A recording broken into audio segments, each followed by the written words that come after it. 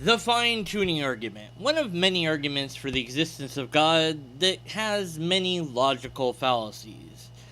So what is the fine-tuning argument? Well, to help me answer this question, I've summoned a flying ninja star slash snowflake to answer the question. So hey, flying star snowflake thing, what's the deal with the fine-tuning argument there? What is fine-tuning anyways? Hey, I can answer that question. Ooh, sorry, deconverted man, I have to be a little more careful there. In regard to a fine tuned universe specifically, this is pretty easy to answer just looking at a couple online sources. This is from the site biologos.org. Fine tuning refers to the surprising precision of nature's physical constants and the beginning state of the universe. To explain the present state of the universe, even the best scientific theories require that the physical constants of nature and the beginning state of the universe have extremely precise values. Now let's jump over to Wikipedia to get another take on this. The fine-tuned universe is a proposition that the conditions that allow life in the universe can occur only when certain universal dimensionless physical constants lie within a very narrow range, so that if any of the several fundamental constants were only slightly different, the universe would be unlikely to be conducive to the establishment and development of matter, astronomical structures, elemental diversity, or life as it is understood.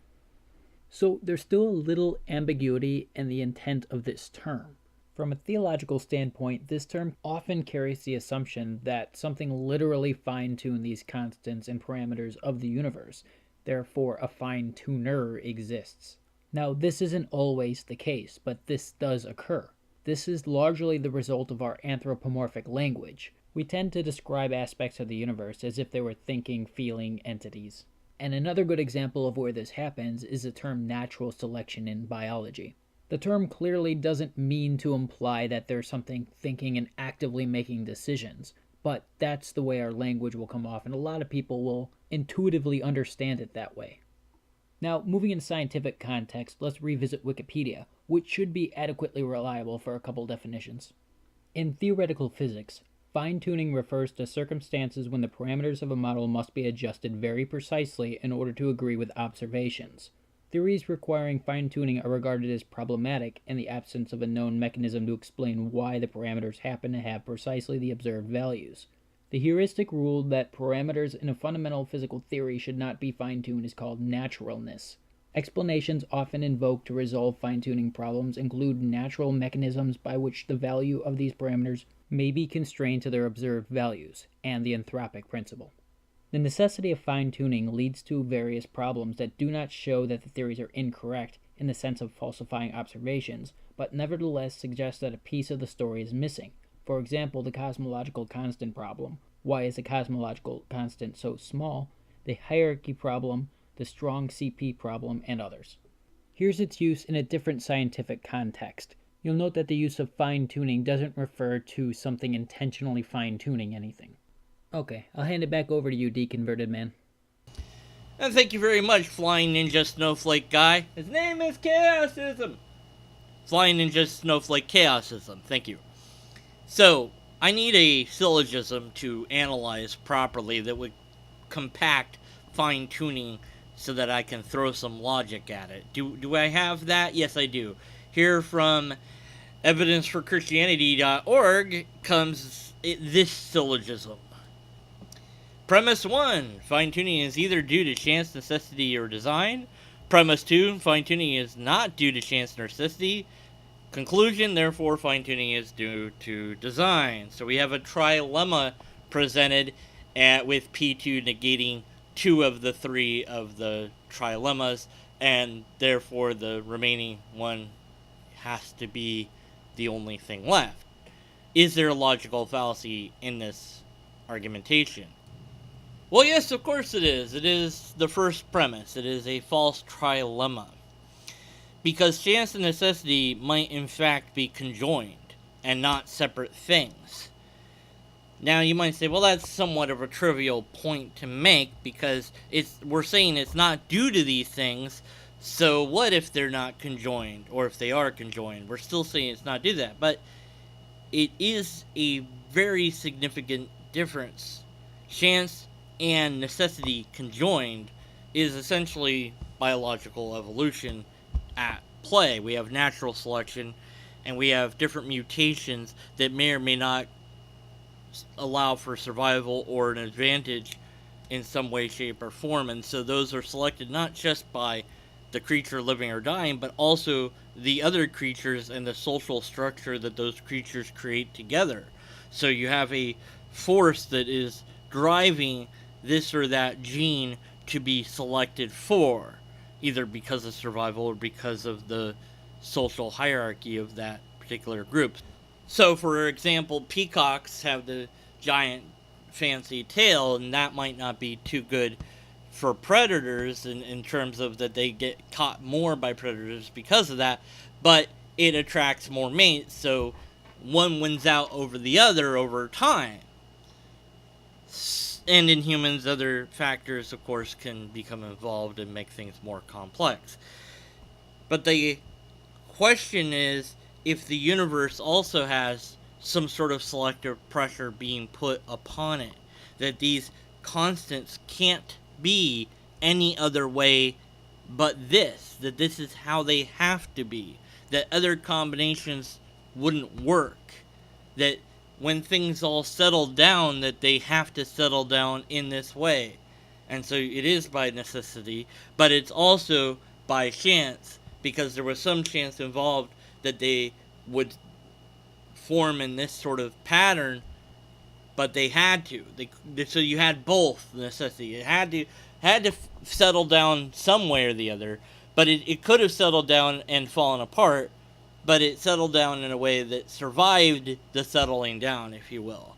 So a cosmic evolution could be in play, and with that not being part of this trilemma, the first premise just becomes a false trilemma, and possibly you have also problems of excluded middles because you don't have the other options on the table.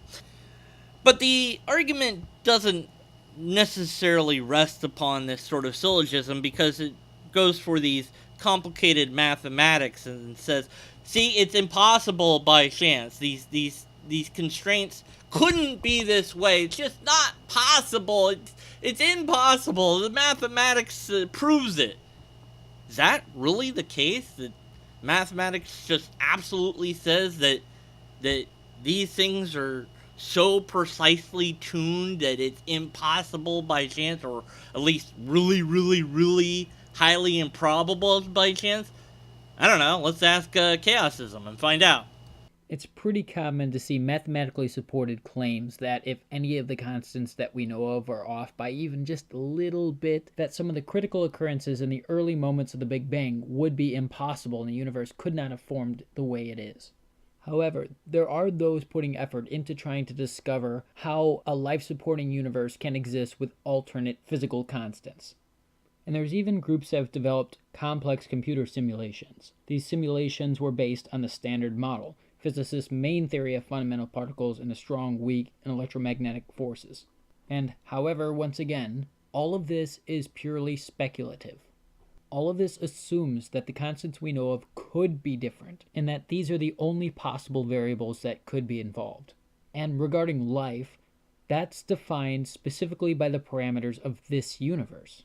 In a hypothetical, fundamentally different universe, it could be the case that life resembles nothing of what we describe it to be now. For instance, consider the thought of some spiritual realm. Thinking conscious entities in that world would describe themselves as living, analog to how we do it, but it would not resemble any of the criteria by which we determine something to be living.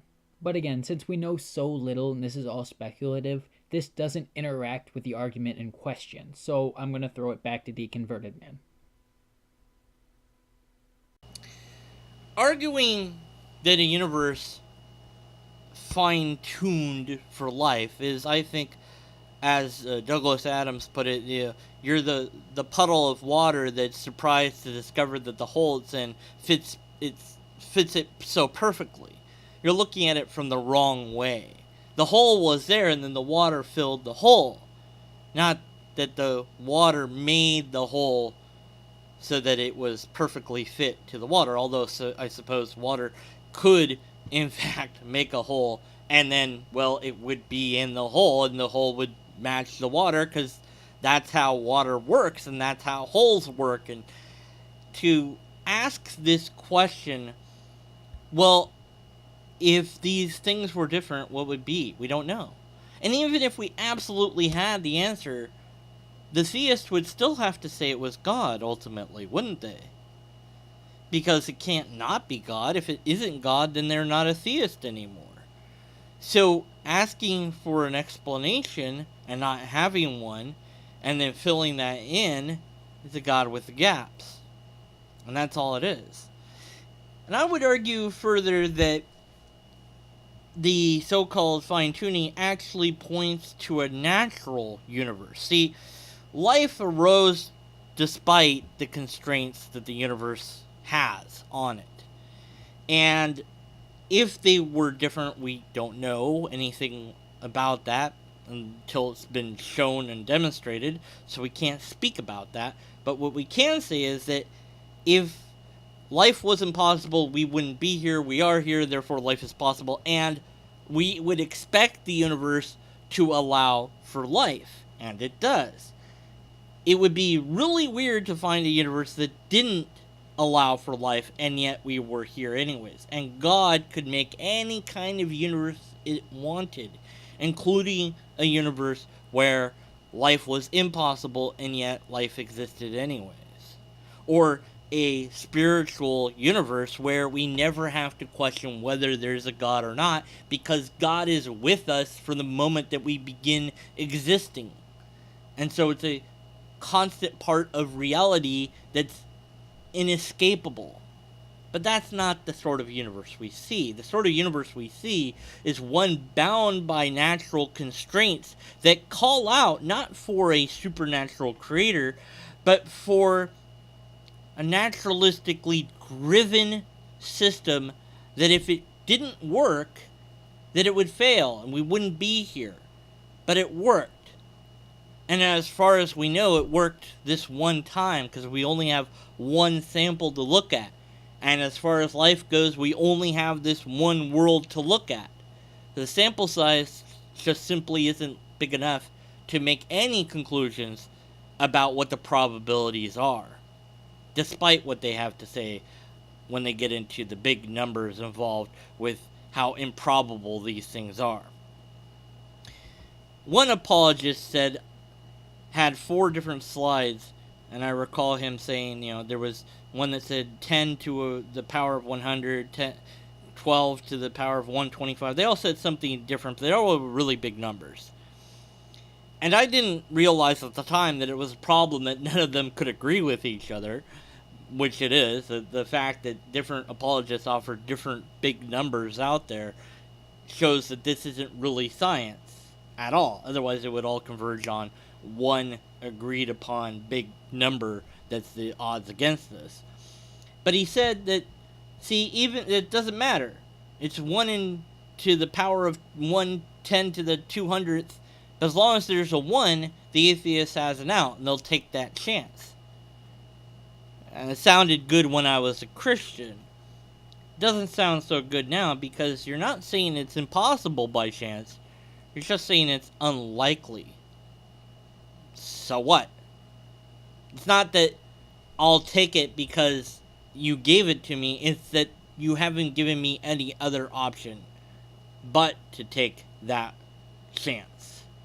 Because you haven't presented me with any empirical evidence, any repeated tests, or any logically coherent argument for me to think that God tuned the universe in the first place, or that God exists to be able to do so. Unless and until we have such an argument, or test, or evidence, we should be skeptical of the conclusion.